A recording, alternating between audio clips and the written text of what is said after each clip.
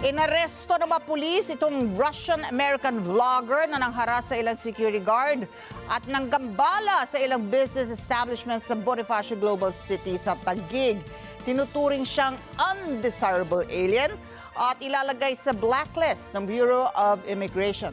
Detalye sa live report ni Mar Gabriel. Mar.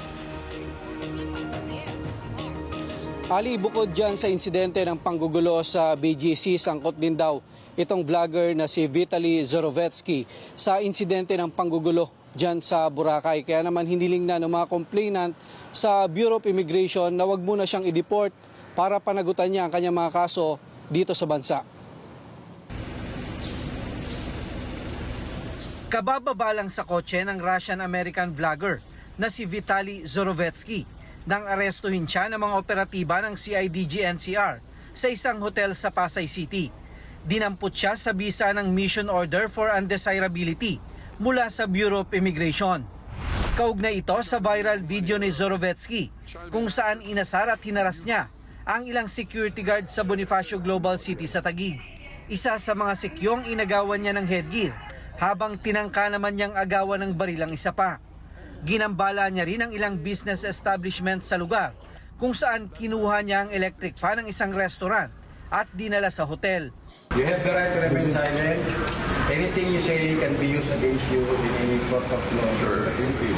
Naghain na ng reklamong unjust vexation ng mga security guard at iba pang individual laban sa dayuhan at sa cameraman niyang Pinoy.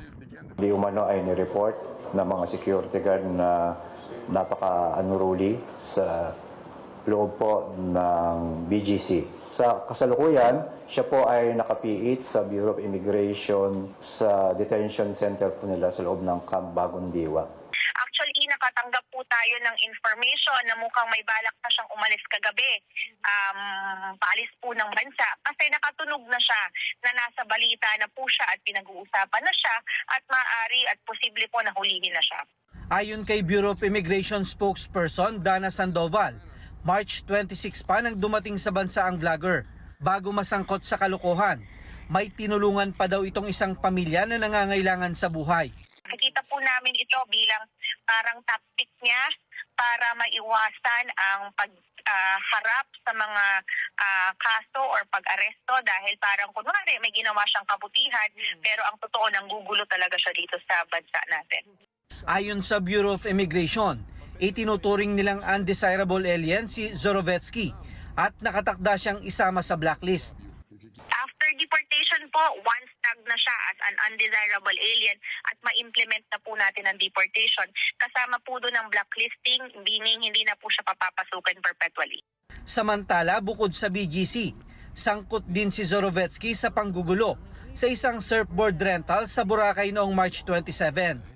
Inireklamo siya ng mismong may-ari ng harassment, pagbabanta sa kanyang mga empleyado at pagsabotahe sa kanyang negosyo. Sa isang sulat, hiniling nila sa Bureau of Immigration na wag munang ipa-deport ang dayuhan upang mapanagot ito sa kanyang mga kaso.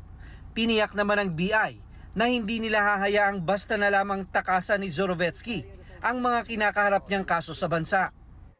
Aantayin po natin na matapos ang mga criminal case at kung halimbawa sentensyahan siya ng pagkakakulong dito sa Pilipinas, we would have to wait for the sentence to be na matapos niya bago po natin i-implement ang deportation.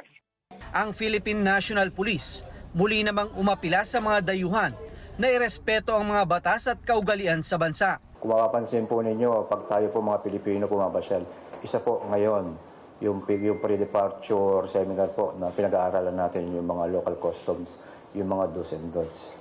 Ganun din po yung panawagan natin sa kanila na igalang din po yung local laws, rules, and customs.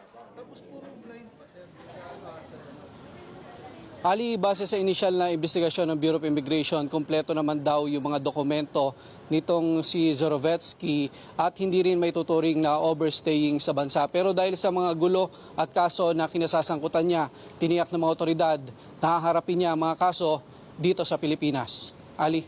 So, ito si Zorovetsky, kapag nakasuhan, ay hindi agarang mapapadeport dahil kailangan pa niyang kailangan pa litisin yung mga kaso, unjust vexation, para meron pa siyang attempted theft dahil may kinuha yata na industrial fan doon sa isang tindahan. So ito muna ay dapat malitis at mahatulan at to serve his sentence bago siya makaalis ng bansa, hindi ba?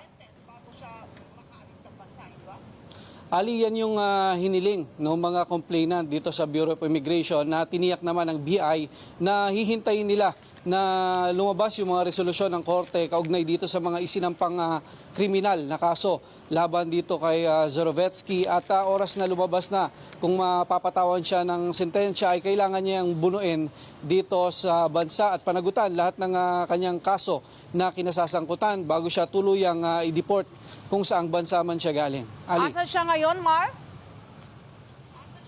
Nakadetini ba? Sa ngayon ay nasa kustodiya siya. Nakadetini siya sa kustodiya ng Bureau of Immigration dyan sa kanilang detention facility sa loob ng Camp Bagong Diwa. Okay, maraming Ali. salamat. Mar Gabriel nag-uulat live